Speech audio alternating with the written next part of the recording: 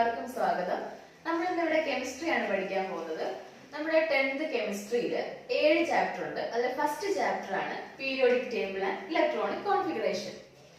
അപ്പോൾ നമ്മൾ ഈ ചാപ്റ്ററിന്റെ പേര് പോലെ തന്നെ ഇതിനകത്ത് 2 ടോപ്പിക് ഉണ്ട്. നമ്മൾ പീരിയോഡിക് ടേബിളിനെ കുറിച്ച് പഠിക്കുന്നുണ്ട്, ഇലക്ട്രോണിക് കോൺഫിഗറേഷനെ കുറിച്ച് പഠിക്കുന്നുണ്ട്. അപ്പൊ എന്താണ് പീരിയോഡിക് ടേബിൾ?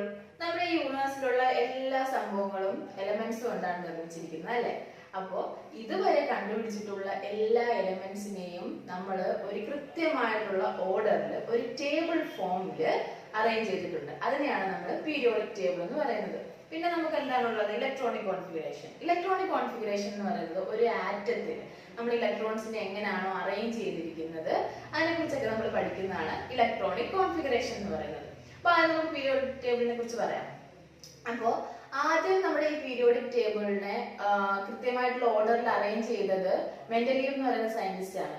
അദ്ദേഹം ചെയ്തതെന്ന് പറഞ്ഞാല് അറ്റോമിക് മാസ് ഇൻക്രീസ് ചെയ്ത് വരുന്ന രീതിയിൽ നമ്മുടെ എലമെന്റ്സിനെ പീരിയോഡിക് ടേബിൾ അറേഞ്ച് ചെയ്തു. അന്ന് 63 എലമെന്റ്സ് ആയിരുന്നു ഡിസ്കവർ ചെയ്തിരുന്നത്. പിന്നെ അപ്പൊ അന്ന് അതിൻ്റെതായിട്ടുള്ള മെറിറ്റ്സ് ഉണ്ടായിരുന്നു. പിന്നെ കുറെ നാളുകൾക്ക് ശേഷം എന്ത് ചെയ്തു? വീണ്ടും എലമെന്റ്സ് കണ്ടുപിടിക്കാൻ തുടങ്ങി. അപ്പോ നമ്മുടെ മെന്റലീവ്സിന്റെ പീരിയോഡിക് ടേബിളിന് ഡീമെറിറ്റ്സ് ഉണ്ടായി. പിന്നെ ഹെൻറി മോസ്ലി എന്ന് പറയുന്ന സയന്റിസ്റ്റ് അറ്റോമിക് നമ്പറിനെ ബേസ് ചെയ്തിട്ട് ആ ഓർഡറിൽ എലമെന്റ്സിനെ അറേഞ്ച് ചെയ്യാൻ തുടങ്ങി. അപ്പൊ നമ്മുടെ ഹെൻറി മോസ്ലിയുടെ പീരിയോഡിക് ടേബിളിന് വേറെ ചില പ്രോപ്പർട്ടീസ് കൂടെ ഉണ്ട്. അതായത് അദ്ദേഹം അറേഞ്ച് ചെയ്തിരിക്കുന്നത് അറ്റോമിക് നമ്പറിനെ ബേസ് ചെയ്തിട്ടാണെന്നുണ്ടെങ്കിലും ആ പീരിയോഡിക് ടേബിളിൽ നിന്ന് തന്നെ നമുക്ക് ഈ എലമെന്റ്സിന്റെ വേറെ പ്രോപ്പർട്ടീസ് കണ്ടുപിടിക്കാൻ പറ്റും. അപ്പൊ നമുക്ക് പീരിയോഡിക് ടേബിൾ നോക്കാം. പീരിയോഡിക് ടേബിൾ നമ്മൾ പറഞ്ഞത് നമ്മള് ടേബിൾ ഫോമിലാണ് ഈ എലമെന്റ്സിനെ അറേഞ്ച് ചെയ്തിരിക്കുന്നത്, അല്ലെ? അപ്പൊ തീർച്ചയായിട്ടും ടേബിൾ ഫോം എന്ന് പറയുമ്പോൾ എന്ത് വരും? പീരീഡ്സ് ഉണ്ട്, ഗ്രൂപ്പ്സ് ഉണ്ട്, അതായത് കോളംസ് ഉണ്ട്, അതുപോലെ തന്നെ റോസും ഉണ്ട്. നമ്മുടെ ഈ റോസിനെയാണ് നമ്മള് പീരീഡ്സ് എന്ന് പറയുന്നത്, ഈ കോളംസിനെയാണ് ഗ്രൂപ്പ് എന്ന് പറയുന്നത്. നമ്മുടെ ഈ ഹെൻറി മോസ്ലിയുടെ പീരിയോഡിക് ടേബിളില് 7 പീരീഡ്സ് ഉണ്ട്, 18 ഗ്രൂപ്പ്സ് ഉണ്ട്. അപ്പൊ നമ്മൾ പറഞ്ഞു 18 ഗ്രൂപ്പ്സ് ഉണ്ട്, 7 പീരീഡ്സ് ഉണ്ട്. നമ്മുടെ ഈ ഫസ്റ്റ് ഗ്രൂപ്പ് കണ്ടോ? ഫസ്റ്റ് ഗ്രൂപ്പിനെയാണ് നമ്മൾ ആൽക്കലി മെറ്റൽസ് എന്ന് പറയുന്നത്. Second group alkaline earth metals. നമ്മുടെ ഈ 3 മുതൽ 12 വരെയുള്ള ഗ്രൂപ്പ് ഉണ്ടല്ലോ, അതിനെയാണ് നമ്മൾ ട്രാൻസിഷൻ മെറ്റൽസ് എന്ന് പറയുന്നത്. എന്താണ്? Transition elements. ഓക്കെ. അത് കഴിഞ്ഞിട്ട് നമ്മുടെ 13ാമത്തെ ഗ്രൂപ്പാണ് ബോറോൺ ഫാമിലി, 14 കാർബൺ ഫാമിലി. ഇതൊക്കെ എന്താന്ന് വെച്ച് കഴിഞ്ഞാൽ ഫസ്റ്റ് എലമെന്റ്, ഗ്രൂപ്പ് തുടങ്ങുന്ന എലമെന്റ് ബോറോൺ ആണല്ലോ, അതുകൊണ്ട് ബോറോൺ ഫാമിലി, കാർബൺ ഫാമിലി. 15ാമത്തെ group nitrogen family, 16 oxygen family, 17 fluorine family. നമ്മുടെ 18ാമത്തെ ഗ്രൂപ്പാണ് സീറോ ഗ്രൂപ്പ് എലമെന്റ്സ് അല്ലെങ്കിൽ അലസവാതകങ്ങൾ എന്നൊക്കെ പറയും, നോബിൾ ഗ്യാസസ്. പിന്നെ താഴെ നമ്മുടെ ഈ പീരിയോഡിക് ടേബിളിനോട് മാറി 2 ബ്ലോക്ക് വരുന്നുണ്ട്. അതായത് ലാന്തനൈറ്റ് സീരീസ്, ലാന്താനം കഴിഞ്ഞ് വരുന്ന എലമെന്റ്സ് ലാന്തനൈറ്റ് സീരീസ്, പിന്നെ ആക്ടിനൈറ്റ് സീരീസ്, ആക്ടിനം കഴിഞ്ഞ് വരുന്ന എലമെന്റ്സ്. ഇത് നമ്മുടെ ഈ മാറ്റി ഇങ്ങനെ സെറ്റ് ചെയ്തിരിക്കുന്നതിൽ നമ്മുടെ ഈ 6ാമത്തെ പീരീഡിലാണ് നമ്മുടെ ഈ ലാന്തനൈറ്റ് സീരീസ് വരുന്നത്, 7ാമത്തെ പീരീഡിലാണ് ആക്ടിനൈറ്റ് സീരീസ് വരുന്നത്. മനസ്സിലായോ? പിന്നെ നമ്മുടെ ഇത് ആൽക്കലി മെറ്റൽസ്, ട്രാൻസിഷൻ മെറ്റൽസ്, നമ്മൾ ഇതിനെയാണ് ഈ അതായത് എഫ് ബ്ലോക്ക് എലമെന്റ്സ് ആണിത്. അത് നമുക്ക് പിന്നെ പഠിക്കുമ്പോൾ മനസ്സിലാവും. ഈ ലാന്തനൈറ്റ് സീരീസിനെ ആക്ടിനൈറ്റ് സീരീസിനെയും കൂടെ നമ്മൾ പറയുന്നത് ഇന്നർ ട്രാൻസിഷൻ എലമെന്റ്സ് എന്നാണ്. ഇതാണ് ഇന്നർ ട്രാൻസിഷൻ എലമെന്റ്. അപ്പൊ നമ്മൾ പീരിയോഡിക് ടേബിളിന്റെ കുറച്ച് ബേസിക്സ് കാര്യങ്ങൾ പറഞ്ഞിട്ടുണ്ടെങ്കിൽ നമുക്ക് ഇലക്ട്രോണിക് കോൺഫിഗറേഷൻ നോക്കാം. അതിന് മുമ്പ് എന്താണ് ഒരു ആറ്റം എന്ന് പറയുന്നത്? ഒരു എലമെന്റിന് എക്സിസ്റ്റ് ചെയ്യാൻ പറ്റുന്ന ഏറ്റവും ചെറിയ രീതിയാണ് ആറ്റം എന്ന് പറയുന്നത്. നമുക്കൊരു ഉദാഹരണം പറയാം. നമ്മുടെ ഓക്സിജൻ എടുക്കുകയാണ്. അപ്പൊ ഓക്സിജൻ O2 എന്ന് പറയുന്ന ഫോമിലാണ് അറ്റ്മോസ്ഫിയറിൽ കാണുന്നത്. മോളിക്യൂളായിട്ടാണ് അറ്റ്മോസ്ഫിയറിൽ കാണുന്നത്.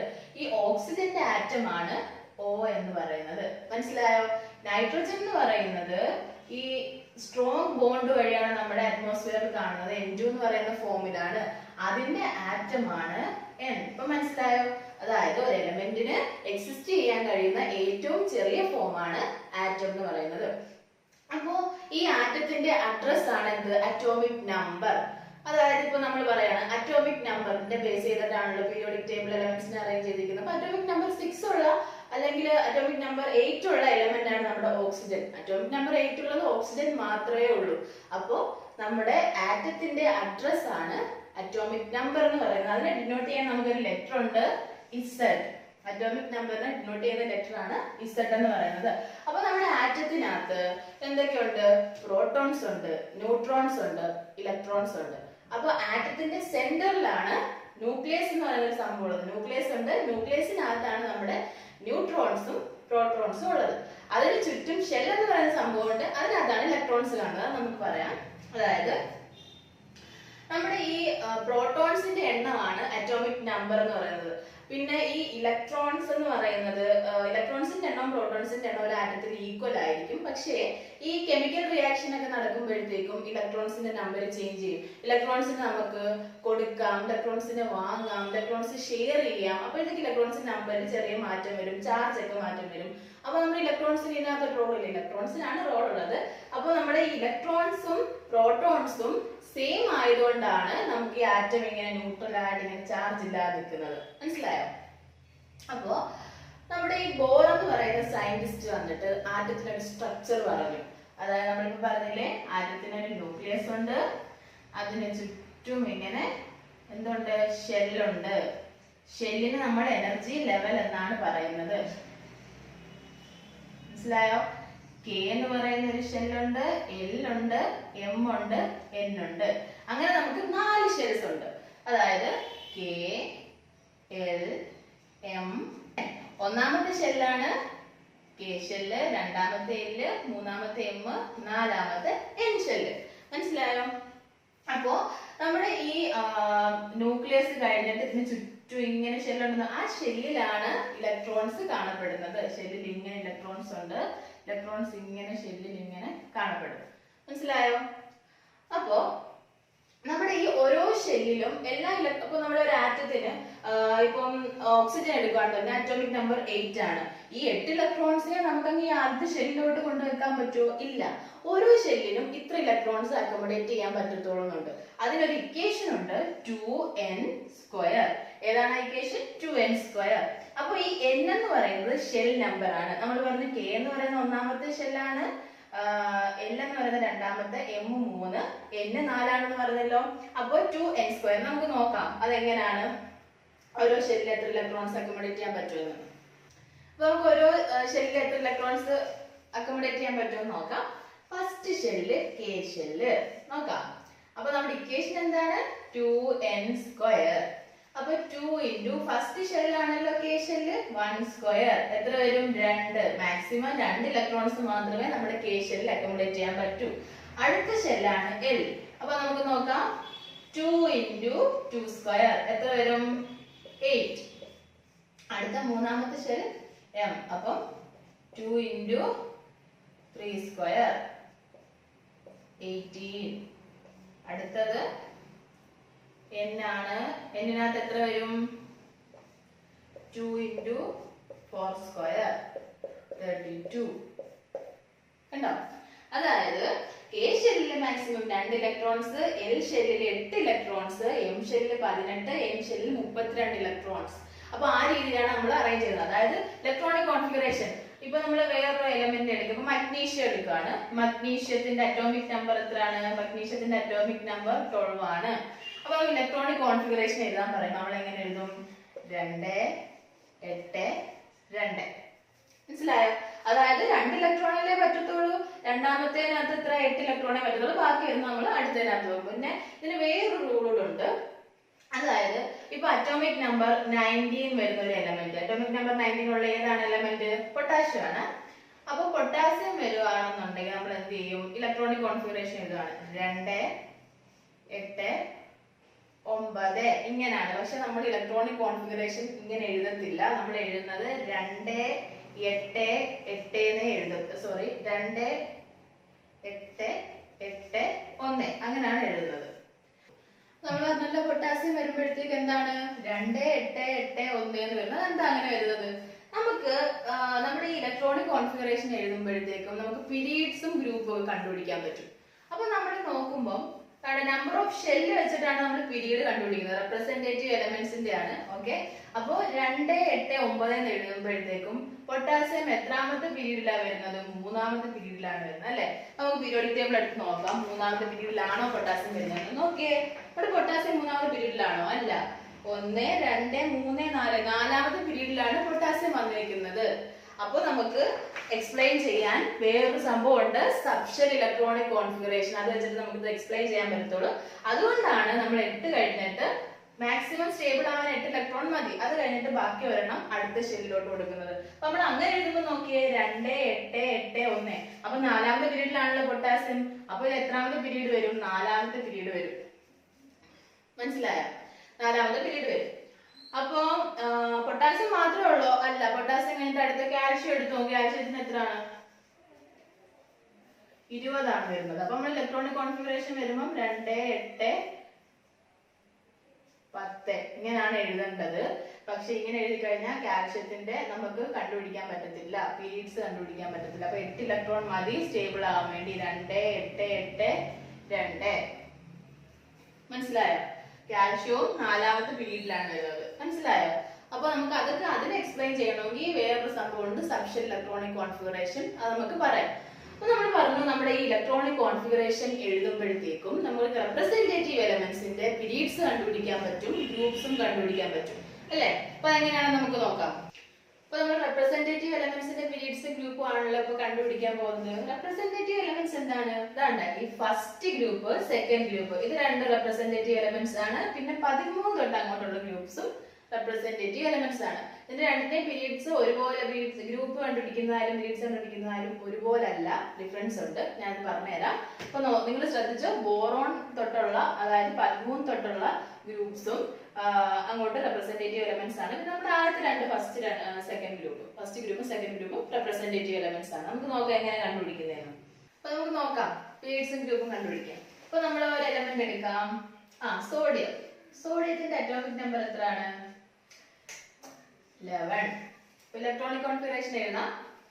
2 8 1. അപ്പൊ നമ്മൾ പീരീഡ് കണ്ടുപിടിക്കുന്നത് എങ്ങനെയാണെന്ന് വെച്ചാൽ, ഇതിനകത്ത് എത്ര ഷെല്ലുണ്ട് നമ്മൾ പറഞ്ഞതാണ്. കെ ഷെല്ലിലാണല്ലോ 2 ഇലക്ട്രോൺ, എൽ ഷെല്ലിൽ 8, എം ഷെല്ലിൽ 1. അപ്പോ സോഡിയത്തിന്റെ പീരീഡ് എത്രയാണെന്ന് എങ്ങനെയാണ്? ഇതിനകത്ത് എത്ര ഷെല്ലുണ്ട്, നമ്പർ ഓഫ് ഷെൽസ് വെച്ചിട്ടാണ് നമ്മൾ പീരീഡ് കണ്ടുപിടിക്കുന്നത്. അതായത് 1 2 3. അപ്പൊ പീരീഡ് ഏതാണ്? ഇതിന്റെ മൂന്നാമത്തെ പീരീഡ് ആണ്.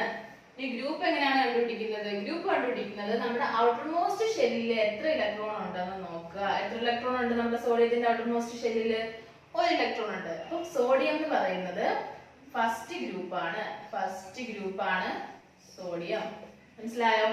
അപ്പൊ മൂന്നാമത്തെ പീരീഡിലുള്ള ഫസ്റ്റ് ഗ്രൂപ്പിലുള്ള എലമെന്റ് ആണ് സോഡിയം. അടുത്ത എന്താണ്? വേറൊരെണ്ണം നോക്കാം, മഗ്നീഷ്യം നോക്കാം. മഗ്നീഷ്യത്തിന്റെ അറ്റോമിക് നമ്പർ 12 ആണ്.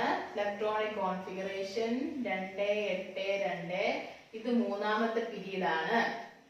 1 2 3 അല്ലെ? മൂന്നാമത്തെ പീരീഡ് ആണ്. ഈ ഗ്രൂപ്പ് ഏതാണെന്ന് നോക്കാം. 2 ഇലക്ട്രോൺസ് അല്ലേ ഔട്ടർമോസ്റ്റ് ഷെല്ലില്? അപ്പോ രണ്ടാമത്തെ ഗ്രൂപ്പാണ്. മൂന്നാമത്തെ പീരീഡും മൂന്നാമത്തെ പീരീഡിലെ രണ്ടാമത്തെ ഗ്രൂപ്പാണ് ഏതെന്ന് പറയുന്നത്? മഗ്നീഷ്യം എന്ന് പറയുന്നത്. മനസ്സിലായോ? പിന്നെ അത് നമ്മൾ ഈ ഫസ്റ്റ് ഗ്രൂപ്പും സെക്കൻഡ് ഗ്രൂപ്പിന്റെ കാര്യമാണ് പറഞ്ഞത്. നമ്മളുടെ അപ്പുറത്തെ സൈഡില് ബോറോൺ തൊട്ടുള്ള, അതായത് 13ാമത്തെ ഗ്രൂപ്പ് തൊട്ടുള്ള എന്താണ് എലമെന്റ്സിന്റെ പീരീഡും ഗ്രൂപ്പും കണ്ടുപിടിക്കുമ്പോൾ പീരീഡ് സെയിം തന്നെയാണ്, ഗ്രൂപ്പ് കണ്ടുപിടിക്കുമ്പോൾ ഒരു ഡിഫറൻസ് ഉണ്ട്. അപ്പൊ നമുക്ക് ആ സൈഡിലുള്ള ഒരെണ്ണം നോക്കാം. കാർബൺ അറ്റോമിക് നമ്പർ 6 ആണ്. Electronic configuration 2 4. അപ്പൊ ഇതിന്റെ പീരീഡ് എത്രയാണ്? 1 2. അപ്പൊ 2 ഷെല്ലല്ലേ ഉള്ളൂ, കെ ഷെല്ലും എൽ ഷെല്ലുവേ ഉള്ളൂ. അപ്പൊ ഇതിന്റെ പീരീഡ് രണ്ടാമത്തെ പീരീഡ് ആണ്. ഗ്രൂപ്പ് നോക്കുമ്പോഴത്തേക്കും 4 ആണ് ഇവിടെ വരുന്നത്. നാലാമത്തെ ഗ്രൂപ്പ് ആണോ? അല്ല. അപ്പുറത്തെ സൈഡിലോട്ട് വരുമ്പോഴത്തേക്ക് നമ്മൾ എന്ത് ചെയ്യും? +10. അപ്പൊ 4 + 10. ഇപ്പൊ എന്താണ്? 14. 14ാമത്തെ ഗ്രൂപ്പിലാണ് കാർബൺ വരുന്നത്.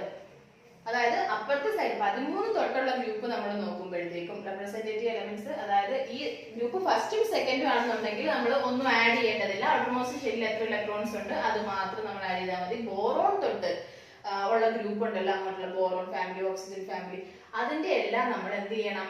ഗ്രൂപ്പ് ഔട്ടർമോസ്റ്റ് ഷെല്ലിന്റെ കൂടെ ഒരു 10 കൂടെ ആഡ് ചെയ്യണം. എന്നാലേ നമുക്ക് ഗ്രൂപ്പ് നമ്പർ കിട്ടത്തുള്ളൂ. മനസ്സിലായോ? 14ാമത്തെ ഗ്രൂപ്പ്. ഇപ്പൊ ഇവിടെ ഓക്സിജൻ എടുക്കാം.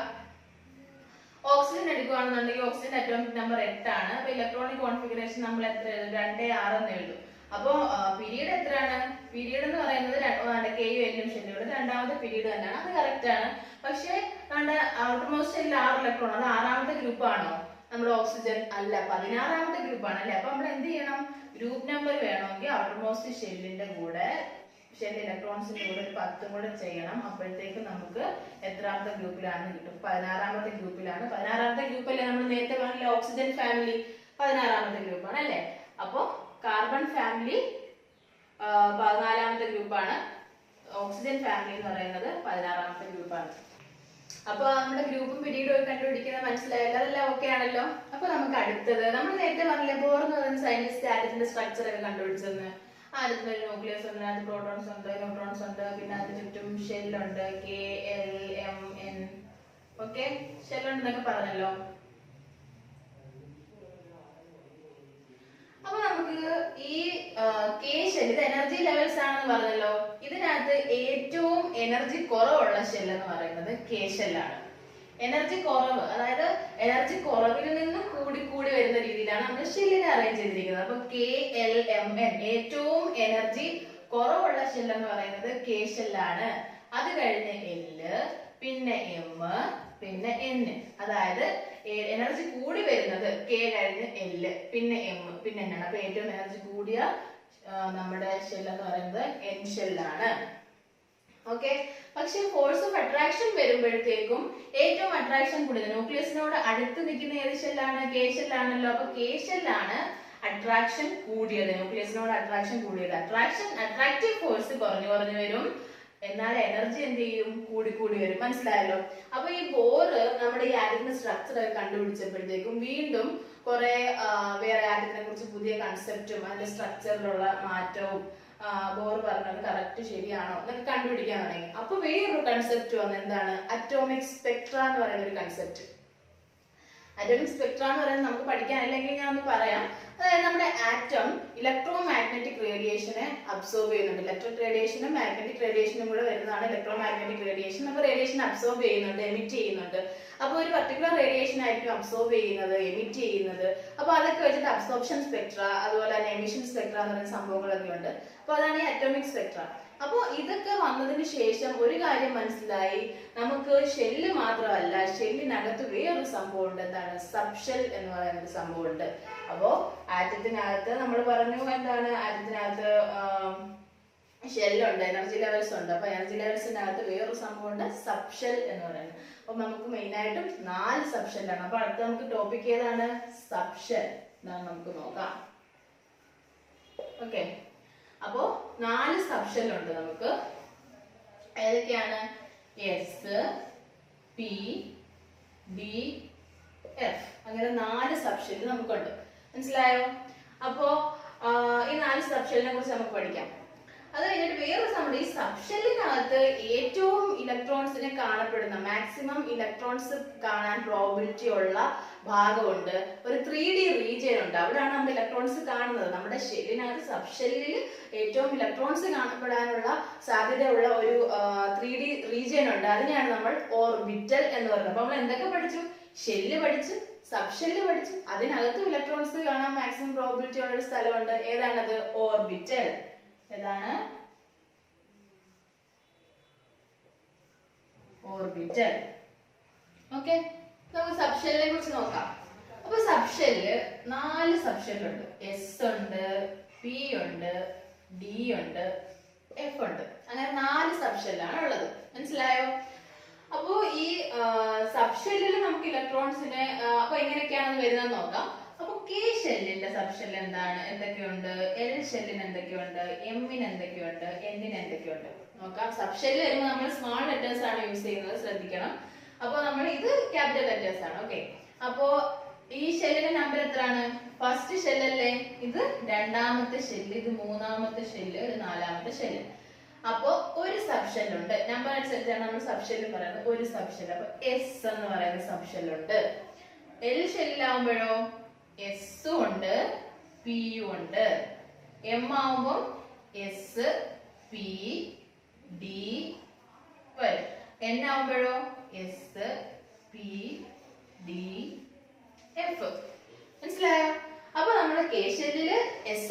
സബ്ഷെല്ല് മാത്രമേ ഉള്ളൂ.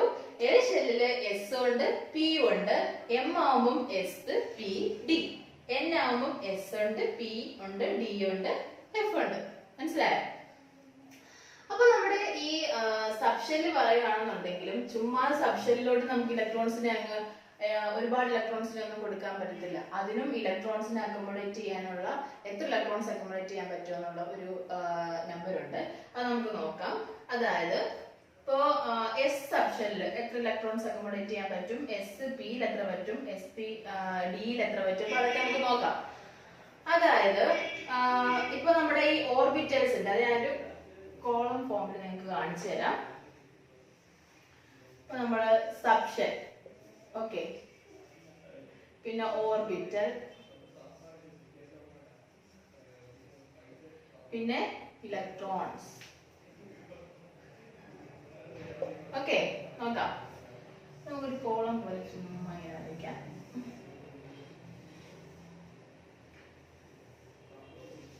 ഏതൊക്കെ സബ്ഷെൽ ഉണ്ട്? എസ് ഉണ്ട്, പി ഉണ്ട്, ഡി ഉണ്ട്, എഫ് ഉണ്ട്.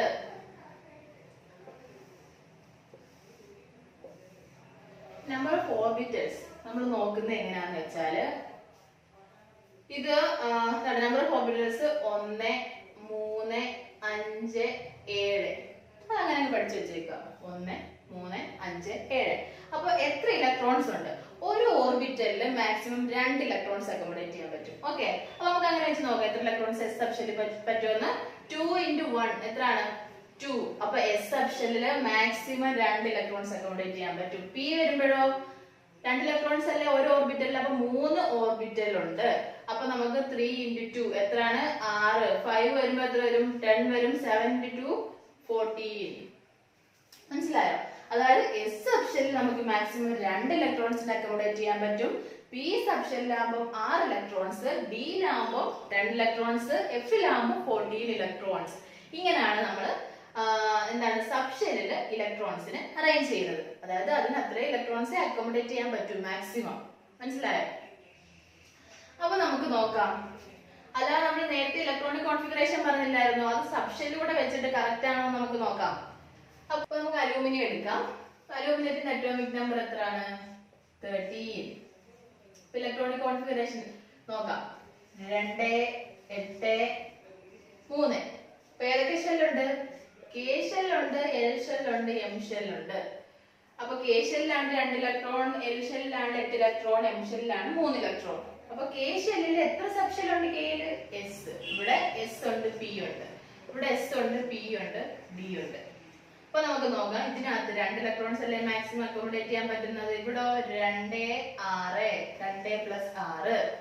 ഇവിടെ വരുമ്പോഴോ എസ് സബ്ഷെൽ 2, ബാക്കി ഇനി 1 ഇലക്ട്രോണേ ഉള്ളൂ അല്ലേ. അപ്പൊ 1, 2 + 1. അപ്പൊ ഇങ്ങനെയാണ് വരുന്നത് ഇലക്ട്രോണിക് കോൺഫിഗറേഷൻ.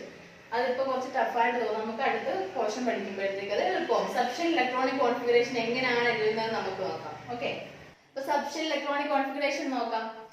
അതാണ് നമ്മൾ എഴുതുകയാണ്. നമ്മളിപ്പം ഒരു സബ്ഷെല്ലിന്റെ ഇലക്ട്രോണിക് കോൺഫിഗറേഷൻ എഴുതുമ്പോഴത്തേക്കും നമ്മൾ ചുമ്മാ ഒരു എസ് അങ്ങ് എഴുതിയിട്ട് എസിൽ 2 ഇലക്ട്രോൺ, S2 അങ്ങ് എഴുതുകയാണ്. അപ്പൊ നമ്മൾ എങ്ങനെ അറിയും ഇത് ഏത് ഷെല്ലിലുള്ളതാണെന്ന്? കെ ഷെല്ലിലും ഉണ്ട് എസ്, എന്താണ് കെയിലുണ്ട്, എല്ലിലുണ്ട്, എമ്മിലുണ്ട്, എൻഡിലുണ്ട്. അപ്പൊ ഇത് ഏത് ഷെല്ലിലാണ് ഈ എസ് വരുന്നതെന്ന് അറിയാൻ വേണ്ടി നമുക്കൊരു ഐഡിയ ഉണ്ട്. നമുക്കൊരു സംഭവം ഉണ്ട്. അതായത് ഇവിടെ ഇപ്പൊ നമ്മൾ 1 ഇട്ട് കഴിഞ്ഞാൽ ഫസ്റ്റ് ഷെല്ലാണ്. മനസ്സിലായോ? അപ്പൊ 2 ആണ് ഇടുന്നതെന്നുണ്ടെങ്കിൽ സെക്കൻഡ് ഷെല്ലാണ്. അപ്പൊ ഇവിടുത്തെ നമ്പറിനെ ബേസ് ചെയ്തിട്ടാണ് നമ്മൾ ഏത് ഷെല്ലിലെ ഏത് സബ് ഷെല്ലാണെന്ന് മനസ്സിലാക്കുന്നത്. ഓക്കെ, നമുക്ക് നോക്കാം ഇലക്ട്രോണിക് കോൺഫിഗറേഷൻ എഴുതുന്നത് എങ്ങനെയാണ്. അപ്പൊ നമ്മൾ 1s 2s 3s 4s 5s.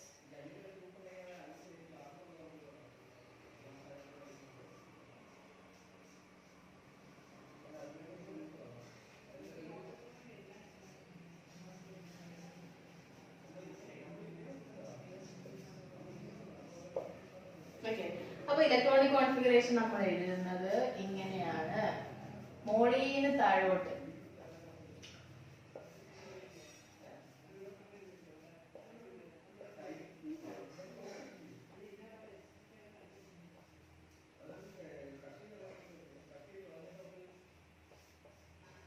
Okay, ഇങ്ങനെയാണ് നമ്മൾ എഴുതി പോകുന്നത് ഇലക്ട്രോണിക് കോൺഫിഗറേഷൻ. അപ്പൊ നമുക്ക് അല്ലാത്ത രീതിയിൽ ഇതിപ്പോ നിങ്ങൾക്ക് പെട്ടെന്ന് മനസ്സിലാകാൻ വേണ്ടിയിട്ടാണ് ഞാൻ പറഞ്ഞത്. അതായത് ഇങ്ങനെ 1 മുതൽ 5 വരെ എഴുതുക, പിന്നെ അടുത്ത 2 മുതൽ P എഴുതുക, 3 മുതൽ D എഴുതുക, 4 മുതൽ F എഴുതുക, എന്നിട്ട് അവിടുന്ന് ഇങ്ങോട്ട് 1s 2s അത് ഞാൻ എഴുതി കാണിച്ചു തരാം.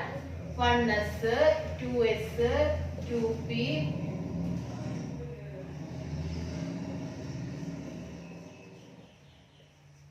ഇങ്ങനെയാണ് നമ്മൾ എഴുതി പോകുന്നത്. എന്താ മനസ്സിലായോ? അതായത് നമ്മള് 1s2 2s2 2p. ഇപ്പൊ നമ്മൾ ഇലക്ട്രോൺസ് മാക്സിമം അക്കോമഡേറ്റ് ചെയ്യാൻ പറ്റുന്ന ഇലക്ട്രോൺസിന്റെ നമ്പർ വെച്ചിട്ടാണ്. അപ്പൊ 1s2 ഒന്നാമത്തെ എന്താണ് ഷെല്ലില് എസ് സബ് ഷെല്ലില് 2 ഇലക്ട്രോൺ ഉണ്ട്. അങ്ങനെയാണ് നമ്മൾ 1s2 എന്ന് എഴുതുമ്പോൾ നമ്മൾ മനസ്സിലാക്കേണ്ടത്. മനസ്സിലായോ? അപ്പൊ അങ്ങനെയാണ് ഇലക്ട്രോണിക് കോൺഫിഗറേഷൻ എഴുതുന്നത്. 1s 2s 2p 3s 3p 4s 3d 4p 5s 4d അങ്ങനെയാണ് എഴുതി പോകുന്നത്. ഇപ്പൊ നമുക്കൊരു മഗ്നീഷ്യം തന്നെ എടുക്കാം. മഗ്നീഷ്യം എടുക്കുവാണ്. മഗ്നീഷ്യത്തിന്റെ അറ്റോമിക് നമ്പർ എത്രയാണ്? 12 ആണ് അല്ലെ? അപ്പൊ നമുക്ക് എഴുതി നോക്കാം. 12 ഇലക്ട്രോൺ ഉണ്ടല്ലോ. അപ്പോ 1s എത്ര ഇലക്ട്രോൺ ഉണ്ട്? 2 ഇലക്ട്രോൺ. 1s2 2s2 2p6 ഇപ്പൊ എത്രയായി? 6 7 8 9 10 ആയി. 2 എണ്ണമല്ലേ ഉള്ളൂ. 3s2 മനസ്സിലായോ? അപ്പൊ 12 ഇലക്ട്രോൺ ഉണ്ട്. അപ്പൊ നമ്മൾ ഇതനുസരിച്ച് സബ്ഷെൽ ഇലക്ട്രോണിക് കോൺഫിഗറേഷൻ എഴുതുകയാണ്. 1s2 2s2 2p6 3s2 മനസ്സിലായോ? അപ്പൊ നമുക്ക് ഇതിനകത്തും നമ്മുടെ പീരീഡും ഗ്രൂപ്പും ഒക്കെ കണ്ടുപിടിക്കാൻ പറ്റും. എങ്ങനെയാണ് നമ്മൾ ഇതിനകത്ത് പീരീഡ്സും ഗ്രൂപ്പും കണ്ടുപിടിക്കുന്നത്? ഇതിപ്പം ഇതിനകത്ത് ലാസ്റ്റ് ഔട്ടർമോസ്റ്റ് ഷെൽ ഏതാണ്? ഇതിനകത്ത് ഔട്ടർമോസ്റ്റ് സബ് ഷെൽ എന്ന് പറയുന്നത് എസ് ആണ്. അപ്പൊ എസ് മൂന്നാമത്തതാണ്. അപ്പം 3 കണ്ടോ? അപ്പം എത്ര ഷെല്ലുണ്ട്? 3 ഷെല്ലുണ്ട്. അതാണല്ലോ ഇവിടെ മൂന്നാമത്തെ ഷെൽ. ഇതാണ് നമ്മൾ പറഞ്ഞു നമ്മുടെ ഷെൽ നമ്പർ ആണെന്ന് പറഞ്ഞു. അപ്പൊ മൂന്നാമത്തെ ഷെൽ. അപ്പം ഇതിന്റെ പീരീഡ് എന്ന് പറയുന്നത് 3 ആണ്. ഗ്രൂപ്പ് ഏതാണ്? എത്ര ഇലക്ട്രോൺസ് ഉണ്ട് ഇതിനകത്ത്? സബ് ഷെല്ലിൽ 2 ഇലക്ട്രോൺസ്. അപ്പൊ മൂന്നാമത്തെ പീരീഡിലെ രണ്ടാമത്തെ ഗ്രൂപ്പ്. മനസ്സിലായോ? അപ്പൊ നമ്മൾ മഗ്നീഷ്യത്തിന്റെ പറഞ്ഞല്ലോ. ഇനി നമുക്ക് ക്ലോറിന്റെ ഒന്ന് നോക്കാം. അപ്പൊ ക്ലോറിന്റെ അറ്റോമിക് നമ്പർ എന്ന് പറഞ്ഞാൽ 17 ആണ്. അപ്പൊ നമുക്ക് electronic configuration subshell electronic configuration എഴുതാം. 1s2 2s2 2p6 3s2. നമ്മൾ മഗ്നീഷ്യത്തിന്റെ പറഞ്ഞല്ലോ. ഇനി നമുക്ക് ക്ലോറിന്റെ നോക്കാം. ക്ലോറിന്റെ അറ്റോമിക് നമ്പർ എത്രയാണ്? 17 ആണ്. സബ്ഷെൽ ഇലക്ട്രോണിക് കോൺഫിഗറേഷൻ എഴുതാം. 1s2 2s2 2p6 3s2 3d5 ഇങ്ങനെയാണ്. അപ്പൊ എത്ര ഇലക്ട്രോൺ ഉണ്ട്? 2 4 കണ്ടോ? 2 4 6 മൊത്തം 17 ആയില്ലേ? അപ്പൊ നമുക്ക് ഇതിന്റെ പീരീഡ് ഗ്രൂപ്പ് ഒക്കെ എങ്ങനെ നമ്മൾ കണ്ടുപിടിക്കും? നോക്കിയോ, ഇതാണ് ഇതിന്റെ ഔട്ടർമോസ്റ്റ് ഷെൽ എന്ന് പറയുമ്പോൾ ഇതാണ്. ഇത് മാത്രമാണോ? അല്ല. ഇതാണ്ട് ഇവിടെ ഒരു 3 ഉണ്ടല്ലോ. അപ്പൊ ഇത് രണ്ടും കൂടെ ചേർത്തിട്ടാണ് നമ്മൾ പീരീഡ്. അപ്പൊ മൂന്നാമത്തെ പീരീഡ് ആണ്. 3 + 3 6 എന്നൊന്നും എഴുതരുത്. നമ്മുടെ മൂന്നാമത്തെ പീരീഡില് പക്ഷേ ഇതാണ്ട് ഇലക്ട്രോൺസ് നമ്മൾ നോക്കുമ്പോ എത്രയാണ്? 5 6 7. അപ്പൊ മൂന്നാമത്തെ പീരീഡ് ആണ്. ഇലക്ട്രോൺസ് എന്താണ്? നമ്പർ ഓഫ് ഇലക്ട്രോൺസ് എത്ര ഉണ്ട്? 7 ഉണ്ട്. 5 + 2 7 ഇലക്ട്രോൺസ് ഉണ്ട്. അപ്പൊ നമ്പർ ഓഫ് ഇലക്ട്രോൺസ് കഴിഞ്ഞ അപ്പൊ നമുക്ക് 7 ഇലക്ട്രോൺസ് ഉണ്ട്. നമ്മൾ പറഞ്ഞു അപ്പുറത്തെ സൈഡിൽ വരും ബോറോൺ തൊട്ടുള്ള അങ്ങോട്ട് വരുമ്പോൾ നമ്മൾ എങ്ങനെയാണ് +10 കൂടെ വരുമെന്ന് പറഞ്ഞു. അപ്പൊ ഗ്രൂപ്പ് നമ്പർ എത്രയാണ്? 7 അല്ലേ? 7 + 10 17ാമത്തെ ഗ്രൂപ്പ്. മനസ്സിലായോ? 17ാമത്തെ ഗ്രൂപ്പ് മൂന്നാമത്തെ പീരീഡ് ആണ് ക്ലോറിൻ. അപ്പൊ ഇതിന്ന് എങ്ങനെയാണ് കണ്ടുപിടിക്കുന്നത് മനസ്സിലായല്ലോ. മഗ്നീഷ്യത്തിന്റെ കേസ് നമ്മൾ പറഞ്ഞു. എന്താണ്? 2 ഇലക്ട്രോൺ ഔട്ടർമോസ്റ്റ് ഷെല്ലിലുണ്ട്. ഇപ്പൊ രണ്ടാമത്തെ ഗ്രൂപ്പാണ്. ഇവിടെ എന്താണ്? നമ്മുടെ ഈ റെപ്രസെന്റേറ്റീവ് എലമെന്റ്സ് തന്നെ അപ്പുറത്ത് വരുന്നതാണ് ക്ലോറിൻ. അതുകൊണ്ട് തന്നെ നമ്മൾ എന്ത് ചെയ്തു? നേരത്തെ പറഞ്ഞതുപോലെ ഒരു 10 കൂടെ ആഡ് ചെയ്തു ഇലക്ട്രോൺസിന്റെ കൂടെ. അപ്പൊ 17ാമത്തെ ഗ്രൂപ്പും കിട്ടി. മനസ്സിലായോ? അപ്പൊ ഇതാണ് നമ്മുടെ സബ്ഷെൽ ഇലക്ട്രോണിക് കോൺഫിഗറേഷൻ. ഇങ്ങനെയൊക്കെയാണ് എഴുതുന്നത്. പിന്നെ നമ്മൾ ഓരോ സബ്ഷെൽ ഉണ്ട്. എസ് സബ്ഷെൽ ഉണ്ട്, പി സബ്ഷെൽ ഉണ്ട്, ഡി സബ്ഷെൽ ഉണ്ട്, എഫ് സബ്ഷെൽ ഉണ്ടെന്ന് പറഞ്ഞല്ലോ. പിന്നെ അടുത്ത നമ്മള് അതിന്റെ സ്ട്രക്ചറിനെ കുറിച്ചൊക്കെയാണ് പറയാനുള്ളത്. ഓരോ സബ്ഷെലിനും ഓരോ സ്ട്രക്ചർ ഒക്കെ ഉണ്ട്. അതിനെ കുറിച്ചൊക്കെയാണ് നമുക്ക് പറയാനുള്ളത്. അപ്പൊ നമ്മുടെ ഇന്നത്തെ ക്ലാസ് ഇഷ്ടപ്പെട്ടെന്ന് വിശ്വസിക്കുന്നു. നിങ്ങൾക്ക് എന്തെങ്കിലും ഡൗട്ട് ഉണ്ടെന്നുണ്ടെങ്കിൽ നിങ്ങൾ കമന്റ് ബോക്സിൽ ഇടുക. പിന്നെ നമ്മുടെ ഈ ചാനൽ നിങ്ങൾ ലൈക്ക് ചെയ്യുക, സബ്സ്ക്രൈബ് ചെയ്യുക, പിന്നെ മാക്സിമം സ്റ്റുഡൻസിലോട്ട് എത്തിക്കുക.